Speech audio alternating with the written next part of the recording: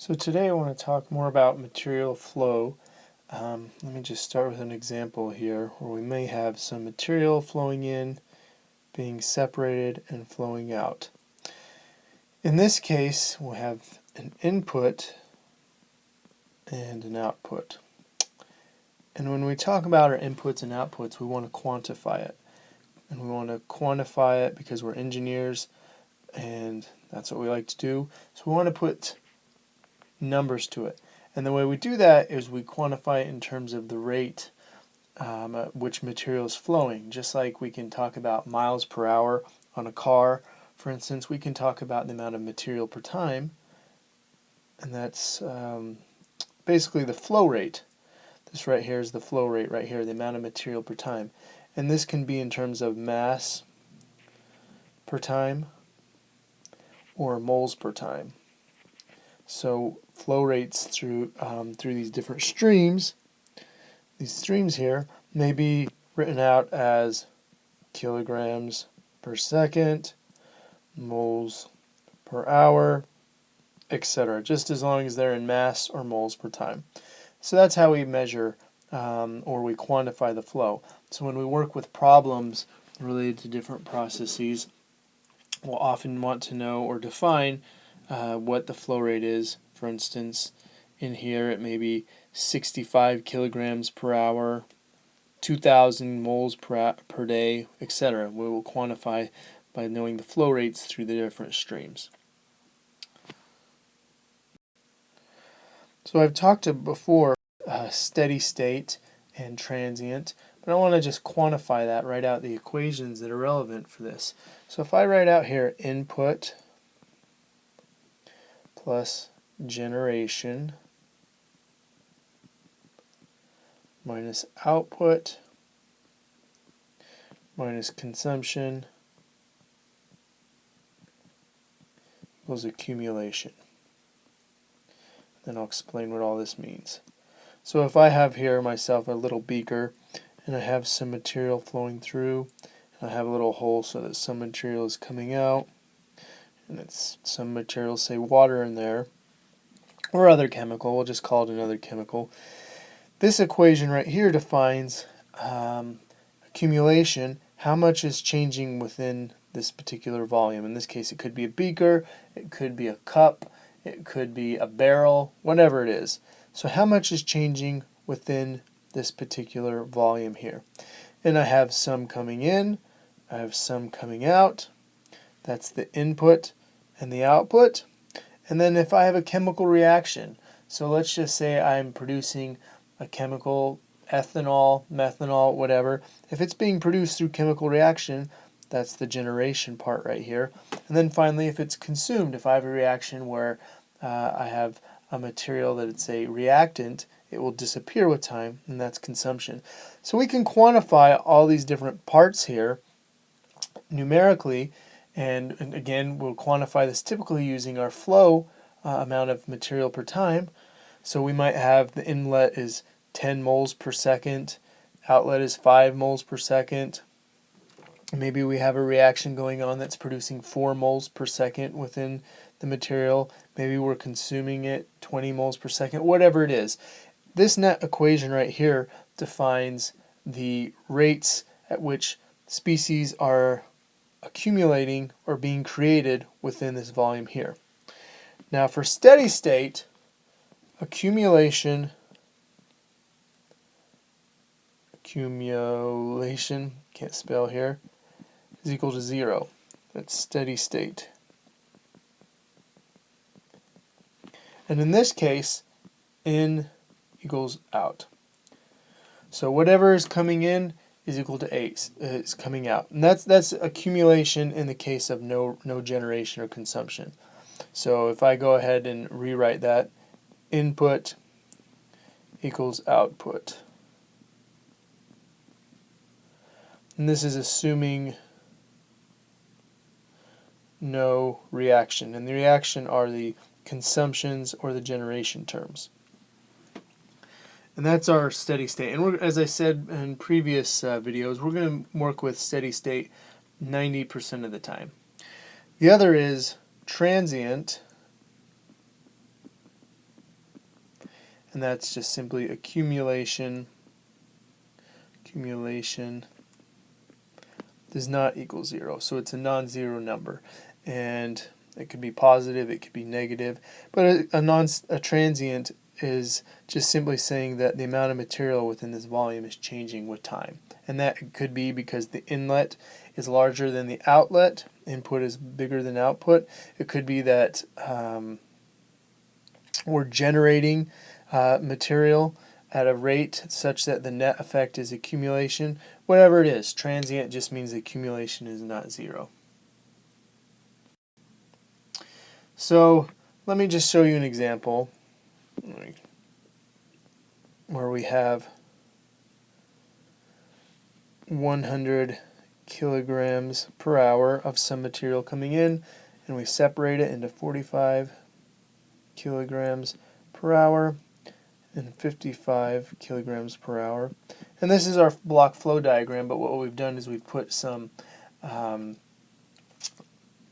numbers to it to quantify the flow of the material. So we can go ahead and write out material balance equations that define what's going in versus what's going out. Let me just label this streams 1, 2, and 3. And let's assume we have two species, A and B. If we are under steady state conditions, so that means what's going in is equal to what's coming out, accumulation is 0, the amount of A in stream 1 is equal to A in 2 plus A in 3. So that's just saying under steady state conditions that the A that's coming in here is the amount of here plus here. We can also write this out for B. B in 1 is equal to B in 2 plus B in 3. And that's just the equations for the component B.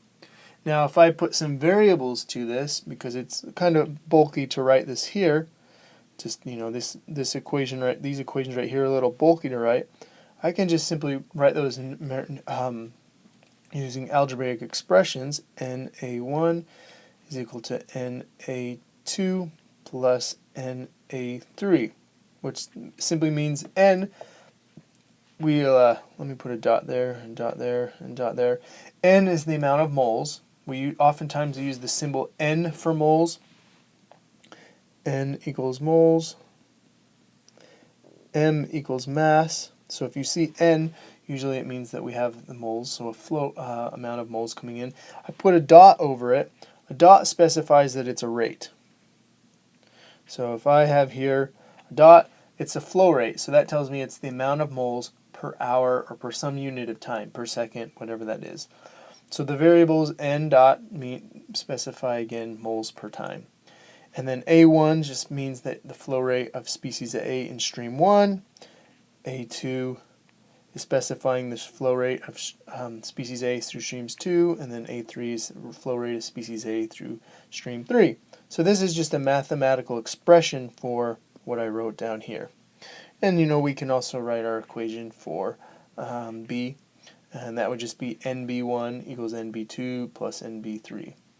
And if I wanted to write this out in terms of mass, this would be MA1 equals MA2 plus MA3, and I'll put dots because they're flow rates. If I don't have a dot, it just means mass. If I have a dot, it means mass per time. So in this case, if I wrote these equations, this would just say again the amount of mass in stream 1 for A is equal to the amount of mass in stream 2 for A plus the amount of mass in stream 3 for A. And that's how we write out our flow rates, our flow rate material balance equation. So let's look at an example. Let's just assume here that I have a separator. In this case, it's a distillation column. And I have two components. B and T are benzene, toluene. And in this case, I'll write out that I have 500 kilograms per hour of benzene, 500 kilograms per hour of toluene, so that's what I know is coming in, and then I have 450 kilograms per hour of benzene, and then 475 kilograms benzene, excuse me, not benzene, toluene, kilograms per hour of toluene. So this is the information that I am given.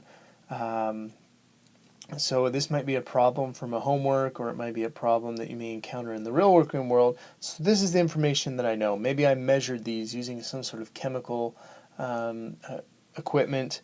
I went to the lab and I took a sample from these streams, and using that sample I went ahead and measured those flow rates going through those different streams. Well, this is not all the picture, because in every stream we have B and T, so what we want to do is we definitely want to label what's unknown and write variables for those. So in this case I write M1, and that's kilograms per hour of T, and then I'm going to label this M2, kilograms per hour of B. So in this case I have two unknowns, and they represent the flow rates of toluene in this top stream and benzene in the bottom stream, because those are the ones that I don't know. I don't know what's flowing in here for toluene and what's flowing down here for benzene. So I've drawn my flow diagram. I've drawn all my knowns and unknowns on my flow diagram, and now what I need to do is go ahead and do a balance. Here's my balance equations to solve this. Well, one thing we can do is we can write a balance on benzene. And we know, based off the principles of, assuming this is steady state and the principles of material balance, the amount of benzene coming in here is equal to the amount of benzene here plus here. So I can write that out mathematically. 500 kilograms an hour of B is equal to 450 kilograms hour B plus M2. And so I just took this flow diagram, and this is the amount of benzene coming in, given up here, is equal to the amount here plus this amount here. So this is just a simple algebraic equation that I can go ahead and solve for M2. M2 is equal to 50 kilograms per hour of benzene. And there we have it. We have a nice simple solution to solve that, to find out. Now I know how much benzene is flowing in this stream right here. So now I can go ahead and solve for M1 here. That's my last unknown, and I can go ahead and I can do one of two things. I can write a balance for the amount of toluene going in and versus amount going out, or I can do a total balance, and I'll write out both equations for that. T balance 500 kilograms per hour T. Notice how I keep writing my units out. Always important to write out your units so you don't make any mistakes and you get everything working out okay. It's equal to M1 plus 475 kilogram per hour of T. And if I go ahead and solve that, I can just get M1 is equal to 25 kilograms per hour of my toluene. I'll circle that answer. And that's how we would write our total our toluene balance. And let me show you the last way is how we go ahead and write our total balance. I'll just move this over here. And the last method we could do is we could write a total balance. And we already know everything about this problem, but I just want to show you that the total balance will give you the same solution. So assuming we know M2, if I write 1,000 kilograms per hour, that's the amount coming in here, 1,000 kilograms, it's equal to 450 kilograms per hour plus 475 kilograms per hour plus M1 plus M2. And I can go ahead again and solve for this to get M1, and I'll get the same answer. If I go ahead and solve this, I'd get M1 equals 25 kilograms per hour. So this is just a really simple example of how we can set up material balances. We can set up material balances to help us solve for what unknowns are through a process that are flowing through it. Here we just had the separations of benzene and toluene. Where it was coming in, it was being separated into these two streams. We had some given information, but we had some unknowns, M1 and M2, and we solved for it. And so that's a lot of what we're going to do for this first part of the course, is learn how to properly draw process flow diagrams, draw block diagrams, flow diagrams for different processes, identify the variables that are unknown and known, and then go ahead and solve these by using the mathematical expressions, the material balances, to use algebra to solve for the unknown variables to get all the flow rates through the system. And there you have it.